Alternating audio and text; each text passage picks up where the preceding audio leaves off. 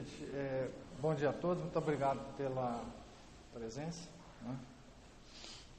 Nós tivemos a bênção do padre aqui antes da palestra, então acho que ela vai ser boa. Apesar do palestrante. Então, o calendário litúrgico da igreja é uma das formas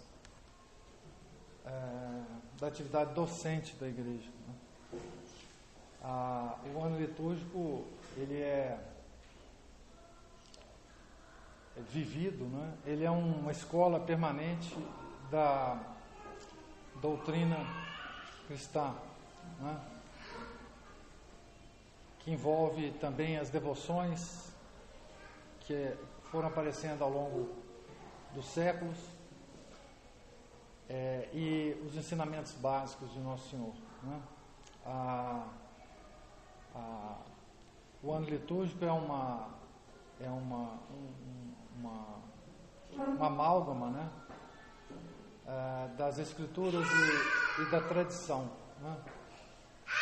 Que compõe a doutrina cristã. Então, não é à toa, né, que os inimigos da igreja sempre estão interessados em criar um calendário alternativo para a sociedade. Uma das primeiras medidas da Revolução Francesa foi abolir o calendário litúrgico e criar um calendário civil. Né? Hoje nós estamos muito desenvolvidos nessa substituição do calendário litúrgico com os calendários. Hoje existem vários calendários civis. Né? Eu não sei se vocês observam, mas o Google, por exemplo, ele tem um calendário civil. Né? Todo dia você abre o Google lá, tem um dia santo do Google. Né? Muda o símbolozinho do Google, etc. Né? Mas isso é uma técnica dos inimigos da igreja, né? Porque eles não querem que a gente viva o calendário litúrgico. Né? Porque o calendário litúrgico, viver o calendário litúrgico é justamente estar dentro da civilização cristã, da ordenação cristã do mundo. Né? Então, no calendário litúrgico, a quaresma é um momento especial do ano, né? E cujo tema, basicamente, envolve o que o catecismo da igreja chama de novíssimos, né? Que é a morte, o juízo, o céu e o inferno. Né? A igreja sempre insiste que nesse período é um período de conversão. Curioso que ela faça isso, porque ela faz isso com os nossos irmãos católicos fiéis. Por que a gente precisa converter, se a gente já é católico, se chama isso? Né? É porque no fundo disso está os nossos inimigos, que tentam sempre nos desviar, que é o contrário da conversão. Conversão é se direcionar para algum lugar, né? Mudar o rumo da vida. E os nossos inimigos sempre tentam fazer o contrário disso. Então nós sempre estamos nos convertendo. É preciso que a gente sempre esteja com essa ideia de que nós precisamos nos converter permanentemente. A conversão não é um ato definitivo. A gente se converte e acabou. Né? Vivendo no meio de nossos inimigos. O tema principal, obviamente, da quaresma é o da missa da quarta-feira de cinzas, né? Memento homo quia pulvis est et in pulverem reverteris. Somos pó e em pó nós nos tornaremos. Né? Eu sugiro a todos que leiam o sermão da quarta-feira de cinzas do padre Antônio Vieira, que é uma coisa extraordinária, não só o monumento à língua portuguesa, mas lá tem ideias extraordinárias sobre essa frase. Então, o momento é que da quaresma é a gente se convencer de que a gente vai voltar a ser pó, né? E é preciso saber o que vai vir depois desse pó, né?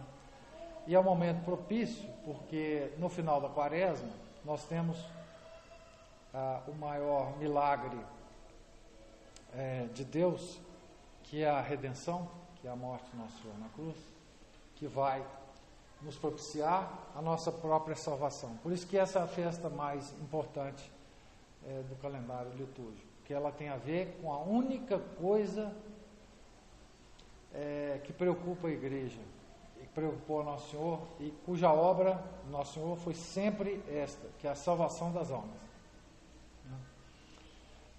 E essa salvação, depois da redenção, ela se dá através dela, da redenção, né? Por causa da morte do Nosso Senhor por nós na cruz, né? Mas o que eu gostaria de falar hoje, talvez nos próximos domingos, vamos ver se a gente consegue fazer outras palestras, é a respeito dos nossos inimigos, né?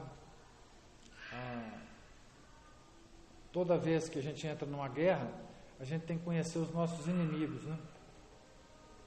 Então, a gente precisa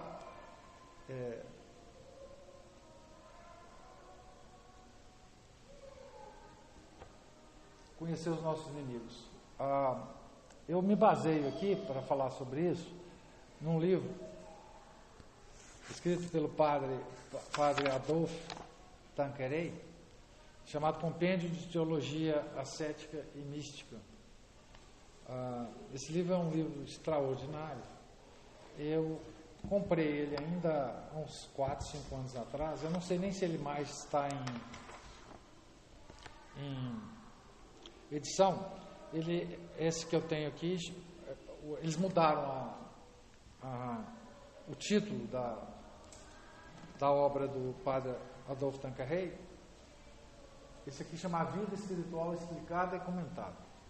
Mas, na verdade, esse é o livro Compêndio de Teologia Ascética e Mística, que foi publicado dessa forma originalmente, né? Então, eu vou me basear nele, porque é a doutrina segura da igreja, né? E vou dar algumas opiniões a respeito disso, opiniões puramente de um leigo católico, que não tem nenhuma autoridade e é equivalente a qualquer outra opinião, né?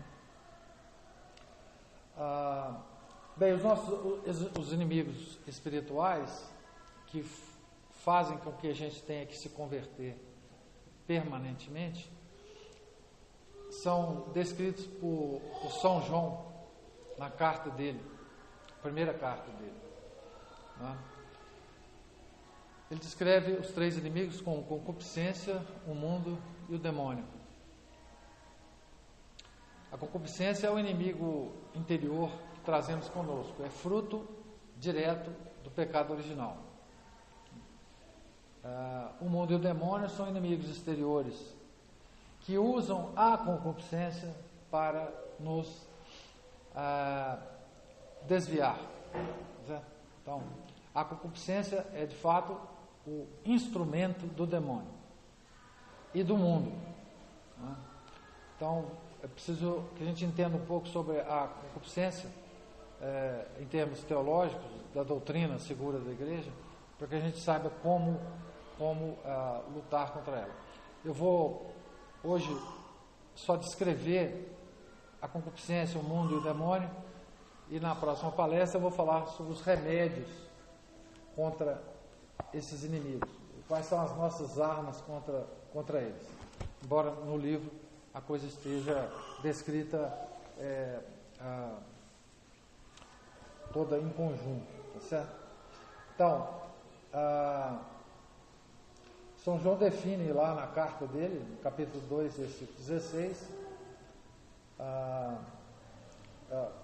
essa definição vem dele, né? Homine quod est in mundo concupiscentia carnis, est et concupiscentia oculorum, et superbia vitae. soberba da vida. Tudo quanto há no mundo é concupiscência da carne, concupiscência dos olhos e soberba da vida. Soberba da vida, às vezes também chamada concupiscência do espírito.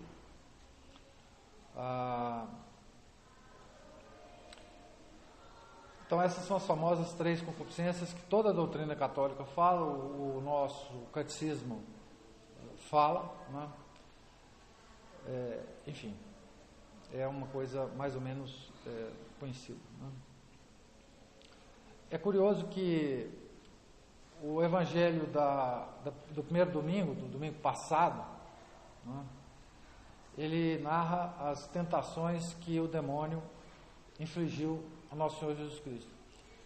E aqui a gente vê bem as armas do demônio, né, que ele exatamente usa as 3 concupiscências contra nosso Senhor Jesus Cristo, né, e usa permanentemente contra nós.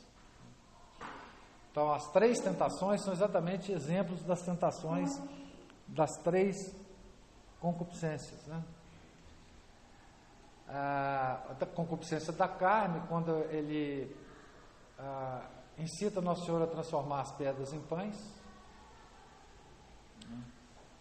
A concupiscência dos olhos, quando ele incita Nosso Senhor a ordenar aos anjos a tomar Nosso Senhor nos braços, se ele pular do pináculo lá do templo. E a concupiscência do espírito, né? Quando ele oferece a Nosso Senhor todos os reinos do mundo, se ele o adorar o demônio, né? É assim mesmo que ele age com todos nós. O demônio age assim com todos nós. Esse evangelho, ele traça, digamos assim, a forma arquetípica da ação do demônio sobre nós. E do mundo também, porque a gente sabe que o mundo é controlado por ele. Então, vamos fixar esse evangelho e as tentações do Nosso Senhor, que é muito propício na quaresma, obviamente, mas é propício que a gente mantenha isso ao longo do ano litúrgico, né? Então, o que é a concupiscência da carne, né? A concupiscência da carne é o amor desordenado dos prazeres dos sentidos. Nós temos 5 sentidos e todos eles são atacados por um desejo desordenado de satisfazê-los, né? E essa é chamada concupiscência da carne, né? O padre Adolfo Tanqueray define o mal, né? O mal. Então, ele diz: o prazer não é mal em si, né? Deus adiciona certo prazer às coisas que a gente faz para nos estimular a fazer certas coisas, né?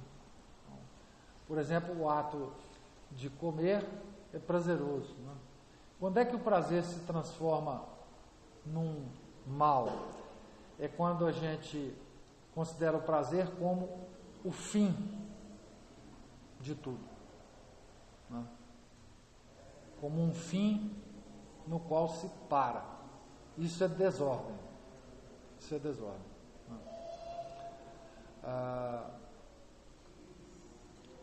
Está escrito, e essa desordem arrasta consigo outra. Quem opera pelo prazer fica exposto a amá-lo com excesso, porque já não se guia pelo fim que impõe limites à sede moderada do prazer que existe em cada um de nós, né? Então, esse é o mal, né? O prazer não é mal em si, desde que a gente tenha bem claro o fim ao qual ele se ordena, né? Os prazeres dos sentidos, né? Aqui tem uma frase do Bossuet, grande pregador francês, né? Os homens ingratos e carnais tomaram ocasião desse deleite para se afeiçoarem ao seu corpo mais do que a Deus que o havia feito. Santo Agostinho tem uma frase muito uma expressão muito interessante, que é o amor dei e o amor sui. Ele distingue os habitantes da cidade de Deus com amor dei, e o da cidade terrena com amor sui. Né? Amor a Deus e um amor a si próprio. Né? Nós vivemos num mundo que o tal amor próprio é uma coisa vendida como uma virtude. Não é, a expressão é a autoestima, a expressão até psicanalítica. Né? Você está com o problema de baixa autoestima, alguma coisa assim. Autoestima é o amor sui. Né? O católico sabe que ele não pode ter estima nenhuma dele mesmo, porque nós só somos capazes do pecado. Né? Então, a autoestima é uma outra roupagem do amor sui. E o amor sui é exatamente isso. Né? Amar a si próprio ao ponto de esquecer a Deus, também é a expressão de Santo Agostinho. E o amor dei é amar a Deus ao ponto de esquecer a si próprio. Essas são as definições agostinianas dos habitantes da cidade de Deus e da cidade terrena. Né? Então, aqui nós estamos analisando esse desejo desordenado pelos prazeres dos sentidos, né? Em que o mundo coroa isso como uma virtude, né? E o demônio usa isso com muito gosto, né? E há também um caso extremo desse prazer desordenado, que é a volúpia, essa profunda e vergonhosa chaga da natureza, dessa concupiscência que liga a alma ao corpo por laços tão maravilhosos e violentos, de que tanto nos custa desprendermos e causa também no gênero humano tão espantosas desordens. Então, essa é outra característica dessa desordem dos nossos sentidos, é que os prazeres sensuais que nos vêm através dos sentidos, eles excitam uns aos outros, eles fortalecem uns aos outros. Né? Portanto, nós estamos lutando contra um exército de inimigos que se fortalecem uns aos outros. Né? Há até mesmo uma certa moleza e delicadeza espalhada em todo o corpo, que, levando-nos a buscar descanso no sensível, o desperta lhe mantém a viveza. Ama-se o corpo com a paixão que faz esquecer a alma. Um cuidado excessivo com a saúde faz que se lisonjeie o corpo em tudo. E todos esses sentimentos aos outros tantos ramos da concupiscência da carne. Então, quem vive hoje no mundo sabe que nós temos um cuidado excessivo com a saúde. Essa expressão dele, do século XIX, eu diria um cuidado doentio com a saúde. Né? Hoje existe uma tentativa de nos transformar em seres que colocam a saúde do corpo acima de qualquer valor. Existe uma máfia no mundo que usa todos os seus tentáculos, né, que são os médicos, os cientistas, etc., para nos provar que tudo faz mal. Né? Isso é uma gnose, isso é um movimento gnóstico, né, aparecendo, que nos tenta nos convencer de que o mundo é mau. Né? Esse excessivo, essa doentia preocupação com a saúde é uma das características do mundo e usa a concupiscência da carne para isso. Eu vou falar do mundo também ainda. Então, em resumo, a concupiscência da carne é o seguinte: o prazer não é um mal em si, só quando a gente o considera como o fim no qual se para. O pecado original nos causa uma desordenação dos prazeres dos sentidos.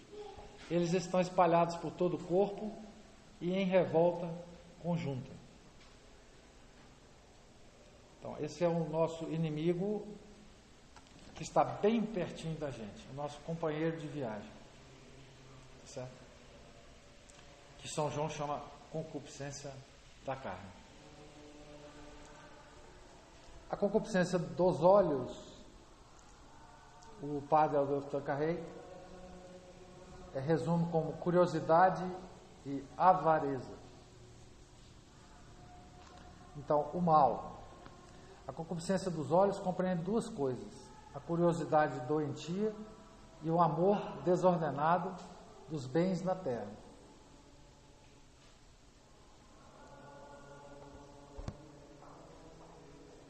A curiosidade de que se trata é o desejo imoderado de ver, ouvir, conhecer o que se passa no mundo.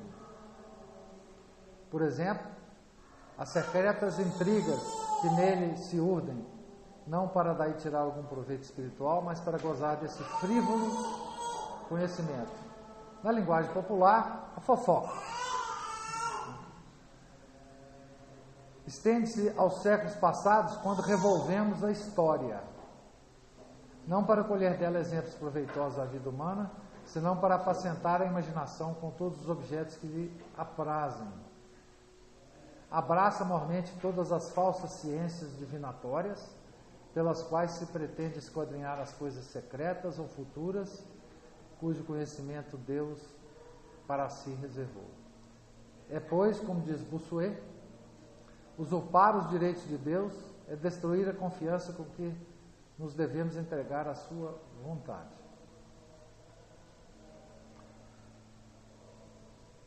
Veja que aqui a curiosidade se estende às ciências verdadeiras e úteis. Quando se lhes entrega com demasia ou fora de tempo, faz-nos então sacrificar obrigações mais importantes, como sucede aos que leem toda a qualidade de romances, comédias ou poesias. Padre Afonso Tanqueray não conhecia a internet, né? Graças a Deus. Porquanto tudo isso não é mais que uma intemperança, uma doença, um desregramento do espírito, um entibiamento do coração, um miserável cativeiro, que não nos deixa tempo de pensar em nós, enfim, uma fonte de erros. Então, essa curiosidade doentia se estende às ciências verdadeiras. Certo? Conhecer alguma coisa apenas para ser considerado sabichão é esse tipo de curiosidade que ele fala. São Paulo tem uma expressão muito interessante, né? A ciência incha. A ciência incha. É claro que nós estamos falando da doutrina da igreja. Igreja que criou a ciência. Não é isso? Não há aqui nenhum demérito da ciência em si, mas do uso que a gente faz dela. Né? O que está sendo escrito aqui está dentro da gente, né? Essa consciência está dentro de nós, né? E é a nossa inimiga. A segunda forma dessa concupiscência é o amor desordenado do dinheiro. Essa a gente tem poucas coisas para falar, porque a gente convive com ela o tempo inteiro, né? Umas vezes consideram como instrumento para adquirir outros bens, por exemplo, prazeres e honras. Outras vezes apega-se o coração ao dinheiro por ele mesmo, para o contemplar e encontrar na sua posse uma certa segurança para o futuro. É o tio Patinhas com aquele cofre de moedinhas, né, que ele ia lá contemplar, né? Num e no outro caso, expõe-se o homem a cometer muitos pecados, porque esse desejo imoderado é fonte de muitas fraudes e injustiças. A concupiscência dos olhos. O amor ao dinheiro é a concupiscência dos olhos. Em resumo, a curiosidade que se trata é o desejo imoderado de ver, ouvir, conhecer o que se passa no mundo. Essa curiosidade estende-se até às ciências verdadeiras e úteis. Aqui eu vou citar um trecho do capítulo 2, item 2 da Imitação de Cristo, que é um livro que eu acho que todo mundo deve ter na cabeceira. Renuncia ao desordenado desejo de saber, porque nele há muita distração e ilusão. Os letrados gostam de ser vistos e tidos por sábios. Muitas coisas há cujo conhecimento pouco ou nada aproveita a alma. E muito insensato é quem de outras coisas se ocupa e não das que tocam a sua salvação. As muitas palavras não satisfazem a alma, mas uma palavra boa refrigera o espírito e uma consciência pura inspira grande confiança de Deus. Esse é o texto da Imitação de Cristo. A segunda forma dessa concupiscência é o amor desordenado do dinheiro, prazeres e honras, segurança para o futuro. Tem muita gente que tem várias outras desculpas para acumular dinheiro, né? Estou preocupado com o futuro dos meus filhos, precisa saber o que nisso tem de preocupação de fato ou de simplesmente uma desculpa para se acumular cada vez mais o dinheiro, ter a caixa forte do tio Patinhas e ficar olhando para ela. A terceira concupiscência é a concupiscência do espírito, que São João chama soberba da vida. Aqui trata-se do orgulho, simplesmente o mais importante de todos os pecados capitais, porque ele chama todos os outros pecados. O pecado capital é o pecado que é a cabeça de muitos pecados, né? Capta, cabeça. Bossuet diz do orgulho, é uma depravação mais profunda. Por ele, o homem entrega a si mesmo, considera-se como seu próprio Deus, pelo excesso do seu amor próprio. O orgulho é o pecado, tipicamente, o pecado de Lúcifer, né? Que ele se achava tão belo, tão maravilhoso, que ele se recusou a obedecer a Deus. Ele achava que não tinha nenhum ser acima dele. E é exatamente o que a gente acha sempre quando a gente tem o ataque do orgulho. A gente acha que a nossa vida, tudo que a gente consegue é porque nós temos o mérito, tudo que nós temos é porque nós merecemos, né? Tudo que nos acontece é porque nós é que preparamos os acontecimentos, os bons, né? Os bons. Tudo que nos acontece de bom, a gente acha que é a gente que fez isso acontecer, não é isso? Todas essas manifestações são manifestações da concupiscência do espírito, ou da soberba da vida. Esquecendo que Deus é o seu primeiro princípio e último fim, estima-se a si mesmo, o orgulhoso, né, em excesso. Aprecia as verdadeiras ou pretensas qualidades, como se foram suas, sem as referir a Deus. Então, o orgulho, então, é o que o São João chama de soberba da vida, né? A gente referir tudo ao nosso próprio mérito, às nossas próprias qualidades, sem perceber a ação de Deus na nossa vida, né? Daí o espírito de independência ou de autonomia que nós passamos a desenvolver, né? Que o leva a subtrair-se à autoridade de Deus ou dos seus representantes. Esse egoísmo, agora são as várias manifestações do orgulho, né? A independência, nós nos julgamos independentes. Esse egoísmo que o inclina a operar para si mesmo como se fora seu próprio fim. Essa vã complacência que se deleita na própria excelência, como se Deus não fosse dela o autor, que se compraz em suas boas obras, como se elas não fossem, antes de tudo, e principalmente, resultado da ação divina em nós, essa tendência a exagerar as próprias qualidades, a atribuir-se outras que não possui, a preferir-se aos demais, até por vezes a desprezá-los, como fazia o fariseu. Então, essas são todas características secundárias do orgulho. Ou seja, sinais do orgulho em nós. Note que teologia, gente, é uma ciência.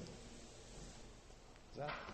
Então, essa descrição teológica, ela pretende explicar a coisa, a sua origem e os seus efeitos. Então, essa explicação é os sinais pelos quais a gente consegue ver o orgulho em nós. Outra coisa é o seguinte, não procure ver o orgulho nos outros, não.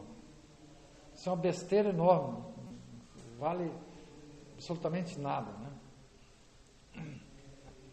A esse orgulho vem juntar-se a vaidade,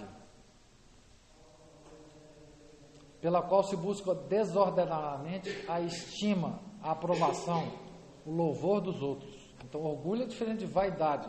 Vaidade é só uma manifestação do orgulho. É o que se chama vanglória. Porquanto, como faz notar Bossuet, se esses louvores são falsos ou injustos, que enorme é o meu erro em neles tanto me comprazer. E se são verdadeiros, de onde me vem esse outro erro de me deleitar menos com a verdade que com o testemunho que lhe prestam os homens? Esse raciocínio do Bossuet é fantástico, tá certo? É um raciocínio lógico que desfaz argumentativamente a vanglória. Se são falsos, eu sou um imbecil em acreditar. Se são verdadeiros, para que eu preciso de alguém falar para mim disso? Né? Quando esse defeito se vem a senhorar de alguém, não tarda em produzir outros efeitos. A jactância, que nos inclina a falar de nós mesmos, dos nossos triunfos. A ostentação, que procura atrair a atenção pública pelo luxo e falso. Hoje em dia, isso aqui, a gente atrai a atenção dos outros, não só pelo luxo e falso, mas por todos os tipos de comportamento desses que a gente vê por aí, né?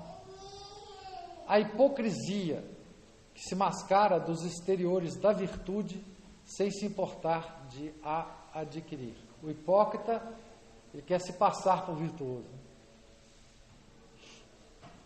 Quer dizer, o hipócrita, ele conhece a virtude, e conhece e sabe, por mímica, não é? Simular a virtude, mas ele não quer ser virtuoso.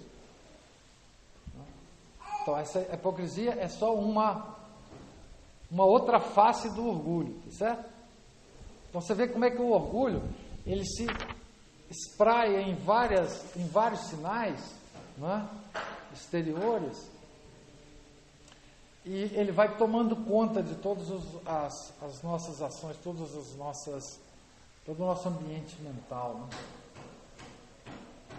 Os efeitos do orgulho são deploráveis. É o maior inimigo da perfeição. Porque rouba a Deus a sua glória. E por isso mesmo nos priva de muitas graças e merecimentos. Pois Deus não quer ser cúmplice de nossa soberba, né? São Tiago diz lá na carta dele, Deus soberbes resiste. Deus resiste ao soberbo. Segunda coisa é a fonte de numerosos pecados.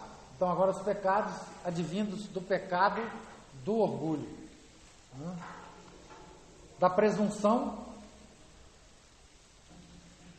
do desânimo. Note, desânimo é um efeito do orgulho.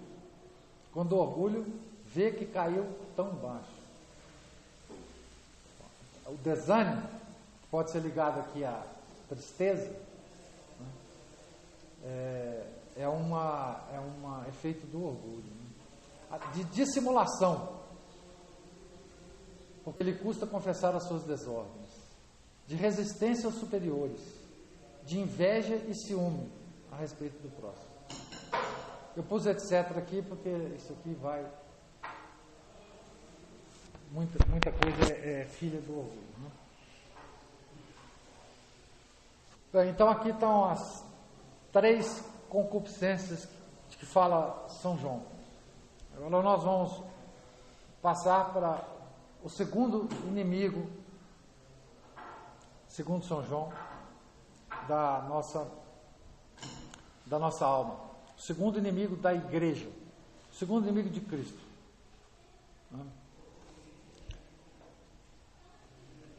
O mundo. Os remédios eu vou falar em outra palestra. Vou apenas me ater aqui às definições. Você marcou a hora? Quantos minutos? Bom, quem que é o mundo, né? Na doutrina cristã.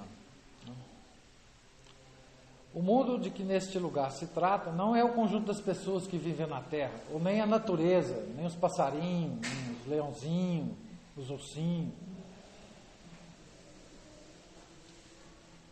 O mundo é o complexo, é o conjunto daqueles que são opostos a Jesus Cristo e escravos da tríplice concupiscência.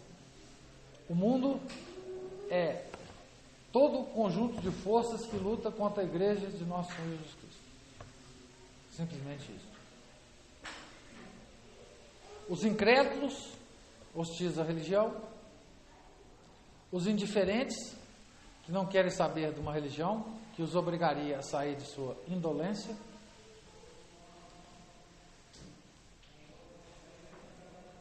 eu não sei se vocês sabem, mas todos os cientistas criadores da teoria da evolução, essa dogma, né, não científico, chamado teoria da evolução, todos eles inicialmente apoiaram a teoria da evolução justamente para se ver livre das obrigações morais ligadas à religião. Existem depoimentos impressionantes desses cientistas. Tá? A gente pode falar uma hora aí, bater um papo sobre isso. Os pecadores impenitentes, que amam o seu pecado, porque amam o prazer e não se querem desembaraçar dele. Isso é a característica da impenitência. Né? Os mundanos, que creem e até praticam a religião, mas aliando-a ao amor do prazer, do luxo, do bem-estar, que por vezes escandalizam seus irmãos, crentes ou incrédulos, fazendo-lhes dizer que a religião tem pouca influência sobre a vida, sobre a vida moral.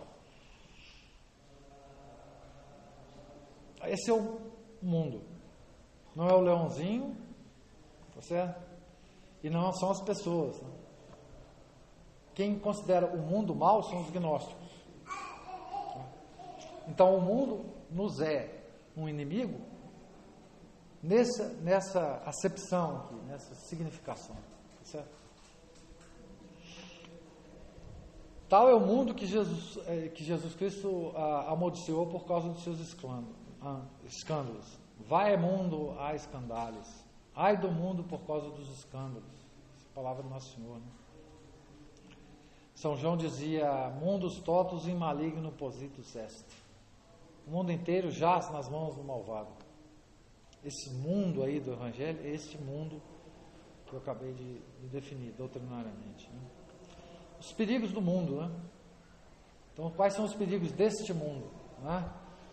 Um mundo que penetra até nas famílias cristãs e ainda nas comunidades, pelas visitas que se fazem ou recebem, pelas correspondências, pela leitura dos livros ou dos jornais mundanos, é o grande obstáculo à salvação e perfeição. De novo, graças a Deus, o padre Adolfo Tancarrey não conheceu a internet, o rádio, a televisão, não é isso? Desperta e atiça em nós o fogo da concupiscência, seduz-nos e aterra-nos. Essas duas coisas que o mundo faz. Seduz-nos e aterra-nos. Seduz-nos, bom, quem é seduzido pelo mundo não é aterrado pelo mundo.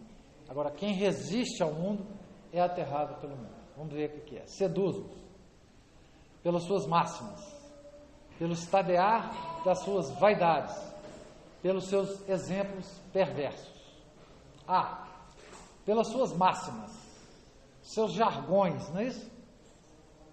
Gente, um jargão, uma expressão que é muito falada, que é um substituto do pensamento. Jargão ele é construído para fazer você não pensar, certo? Então essas são as máximas, que estão em oposição direta com as máximas evangélicas, certo? E com efeito o mundo elogia a felicidade dos ricos, dos fortes ou até dos violentos, dos filhos da fortuna, dos ambiciosos, dos que sabem gozar a vida.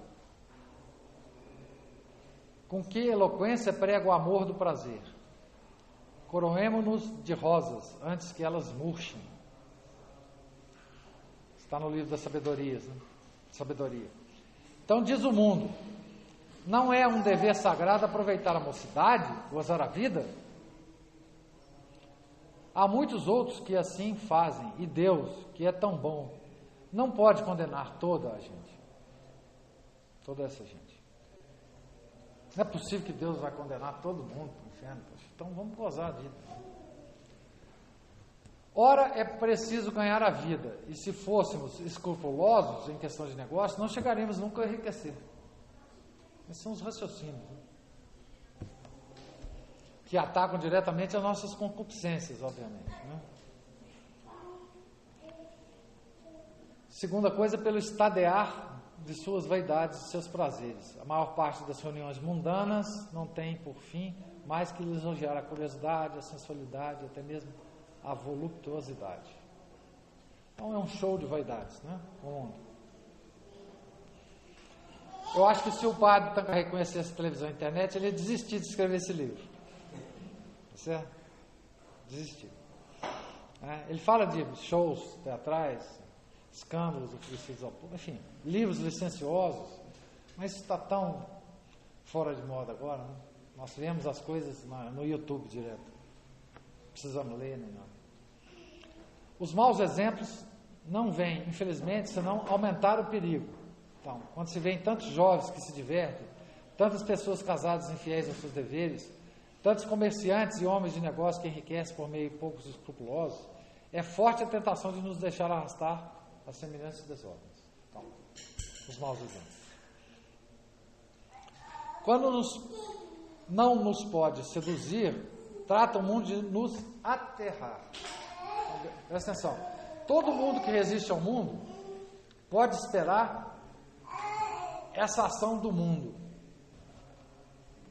que é de nos aterrar. Aliás, um sinal de que a gente não está resistindo ao mundo é o mundo não estar nos aterrando.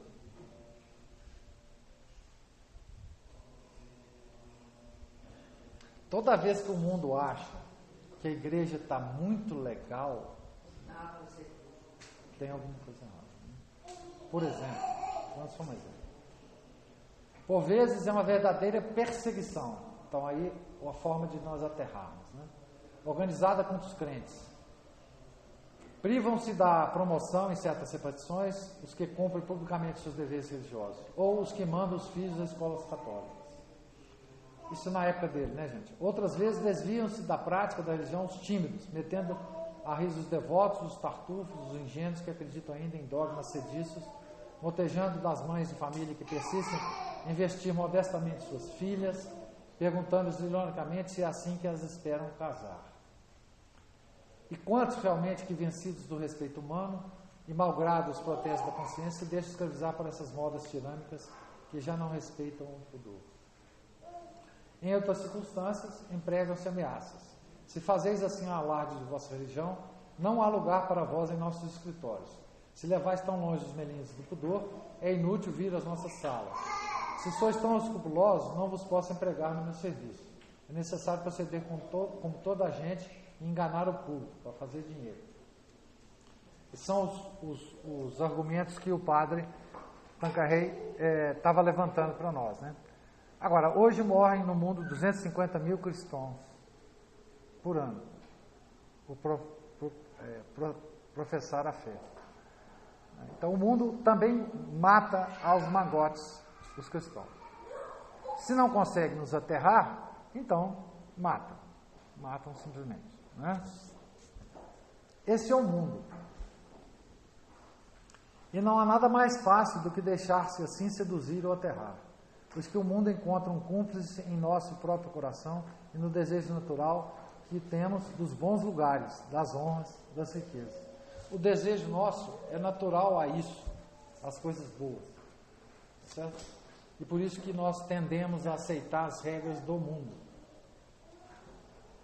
Em resumo, o mundo é o conjunto daqueles que são opostos a Jesus Cristo, inimigos da igreja, dentro e fora dela, e escravos da tríplice concupiscência. O mundo penetra em nossas vidas pelas visitas que se fazem ou recebem, pelas correspondências, pela leitura dos livros ou dos jornais mundanos. E aqui eu acrescento, pelo rádio, televisão, internet. É o mundo da arte e da cultura hoje em dia que é fundamentalmente o nosso inimigo. Artes plásticas, o que se chama de arte hoje em dia, né? A literatura, né? O teatro, né? O que se chama de cultura hoje em dia é toda influência, a música. Música é um instrumento absolutamente fundamental. O Platão dizia que os músicos tinham que ser executados, né? Na verdade, ele falava de poetas. Né? Exatamente. Né? Então, porque ele dizia o seguinte: a música é a única arte que penetra no seu ser sem passar pelo escrutínio da razão. O quadro, as outras artes não fazem isso com a pessoa. Né? Quem quiser ler uma descrição impressionante sobre a corrupção de toda uma cultura pela música, tem um livro chamado The Closing of the American Mind, do Alan Bloom, que é digamos assim, uma descrição sobre isso. Como que a música destrói uma cultura. Não é? The Closing of the American Mind. Não sei, eu não... Esse livro é absolutamente impressionante. Os perigos do mundo. Seduz-nos ou aterra-nos. Então, o nosso relacionamento com o mundo está ligado a esses dois polos.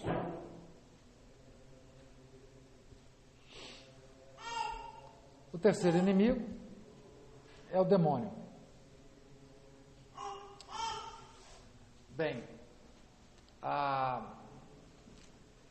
então eu tenho uma seguinte notícia para vocês. Existe a tentação diabólica. Certo?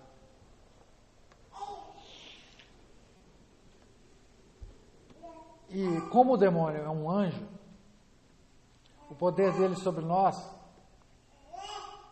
é infinitamente maior do que os nossos poderes contra ele. Certo?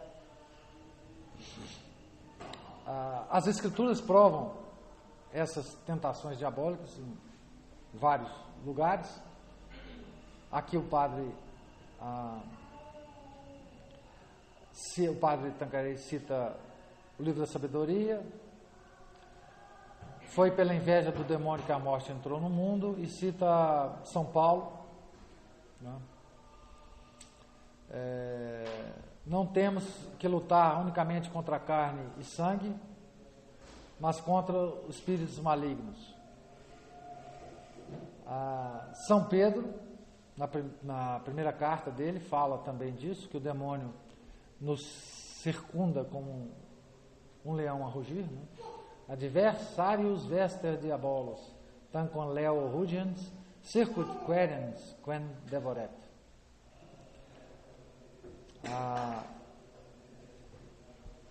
Portanto, essas admonições, né, do Evangelho, das Escrituras, são muito claras, não deixam dúvidas, né, com relação à tentação diabólica. Né? Então, o demônio nos tenta como? Como ele tentou Nosso Senhor no deserto. Quando ele tentou Nosso Senhor no deserto, ele tentou usando as 3 concupiscências. Da carne, dos olhos e do espírito. É assim que ele nos tenta. Né? É óbvio que o demônio não pode agir sobre a vontade do homem. Isso é proibido a ele. Né? Mas ele age na imaginação, né, do homem de forma a perdê-lo. Como estímulos, sugestões, o demônio nos oferece sugestões. E se nós engajarmos a nossa vontade a estas sugestões, e aí nós estamos sob o domínio diabólico. Então, ter pensamentos maus, impuros, não é pecado. Pecado é a gente seguir o pensamento tendo prazer nele. Às vezes quando alguém me pergunta, puxa, mas ter pensamento assim, assado, é pecado? Não. Esse pensamento pode vir da sua própria concupiscência ou pode vir do demônio. O problema é resistir ao pensamento. É não se comprazer no pensamento. Isso é pecado. Né? Pensamentos vão e vêm na nossa mente a todo instante. Né? Certo? Então, as tentações do demônio, como tudo no mundo, são usadas por Deus para o nosso desenvolvimento, para a nossa salvação. Né? E o plano da providência conta com essas tentações para nos fortalecer. Não é isso? Aqui o padre Tanqueray chama a atenção para uma coisa muito importante, que a gente às vezes esquece, os católicos esquecem, que é o seguinte: Deus raramente age como causa primeira. Raramente ele aparece aqui e fala, olha gente, está errado, para lá, certo? Mas na maioria quase total das ações de Deus no mundo é na forma de causas segundas. É usando o mundo, as pessoas, os exemplos e até os seres espirituais para nos fazer conscientes não só da presença dele, como da necessidade da nossa salvação. Certo? Então, essas causas segundas é que é preciso sempre nós nos atentarmos a elas. Nosso Senhor, Nossa Senhora desaparece para algumas pessoas, é fato. Mas a maioria de nós, Deus age em causa segunda. Aproxima alguém para nos dizer alguma coisa, leva por alguma razão a gente em algum lugar. Então, são causas segundas que ele usa para o plano dele. Né? E o demônio é usado como causa segunda. Certo? As próprias tentações do demônio que existem. Né? Então, a tática do demônio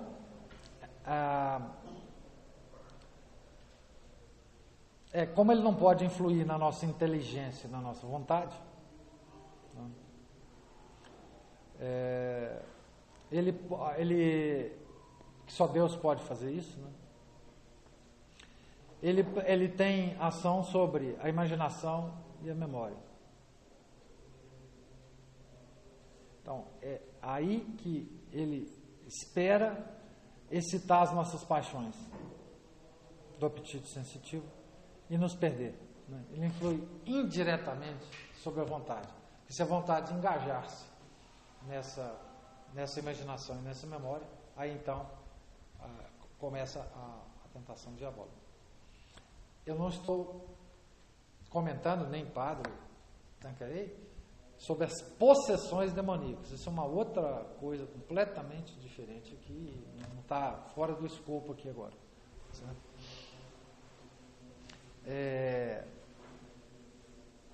Então, ele cita São Tomás, né, que diz que o ser humano sempre está livre para consentir ou resistir a esses movimentos passionais que nos são sugeridos pelo demônio, certo? Então, essa liberdade nós temos. E é aí que nós devemos agir. Né? Só aí nós devemos agir. Por outro lado, ainda que o poder do demônio seja muito extenso sobre as faculdades sensitivas e sobre o corpo, esse poder é limitado por Deus, que Ele não permite que nos tente acima de nossas forças. Isso é importantíssimo. Né? Quem se apoia em Deus com humildade e confiança está seguro de sair vitorioso na luta contra o demônio.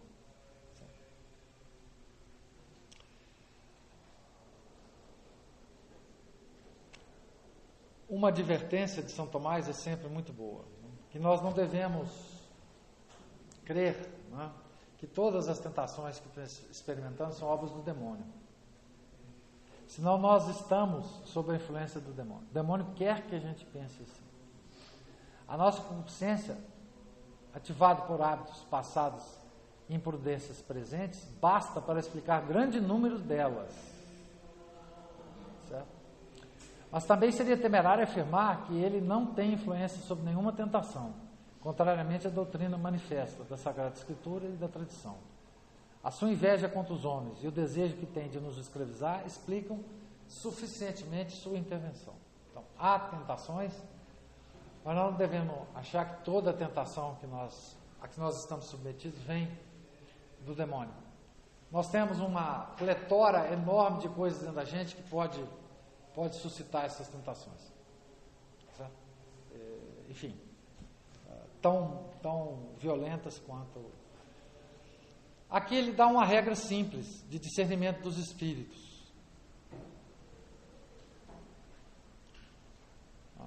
Que São Paulo dizia, né? Como distinguir as coisas. Então ele dá uma regra simples para nós, que não somos teólogos, né? Nem exorcistas, nem nada. Como reconhecer, pois, a tentação diabólica?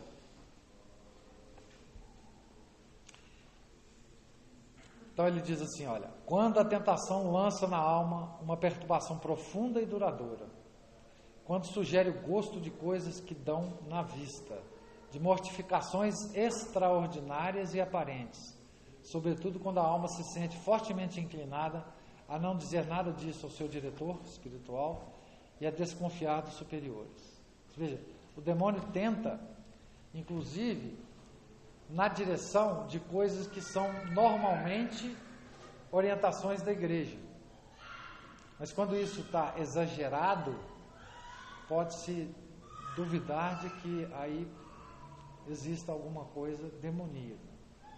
Né? Isso é uma regra simples de discernimento, né? Mas sobre as tentações do demônio, tem um livro extraordinário, escrito por um anglicano, inclusive, C.S. Lewis,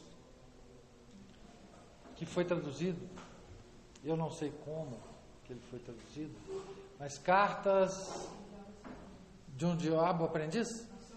Ao seu aprendiz. Esse livro é extraordinário, porque é uma lição de psicologia humana, de como que o demônio, conhecendo a psicologia humana, ele age sobre nós, nas situações cotidianas. Por exemplo, como é que ele age, vou dar só um exemplo, como é que ele age num fiel assistindo a uma missa. Como é que o demônio pode agir na imaginação e na memória da gente? Quando a gente está na posição mais devota, cumprindo um preceito mais importante de assistir a uma missa. Como é que aí ele nos faz pecar? Esse livro é muito... Eu não sei nem se ele está em edição ainda em português, mas eu lembro que há uns 5 ou 6 anos atrás, esse livro foi traduzido pela Martins Fontes, se não me engano, e vale a pena ler, certo?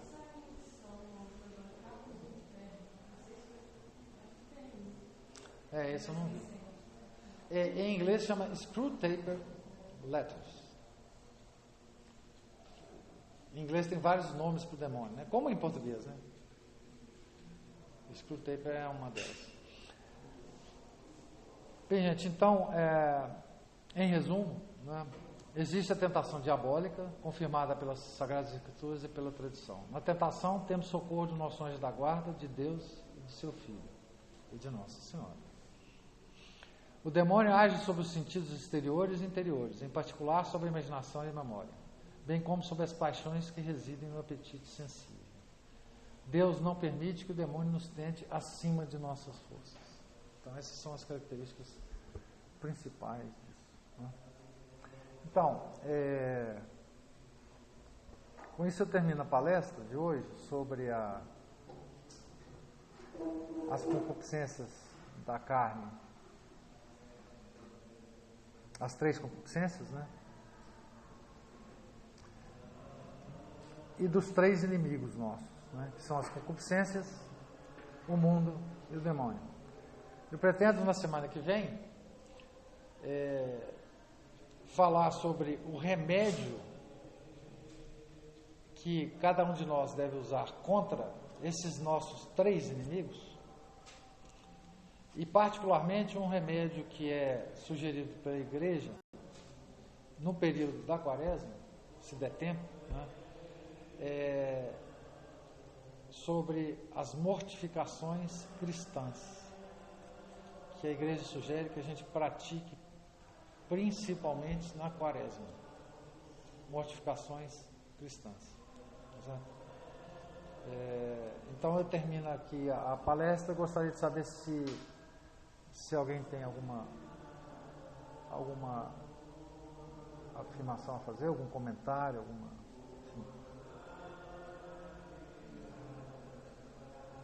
Salve, Regina,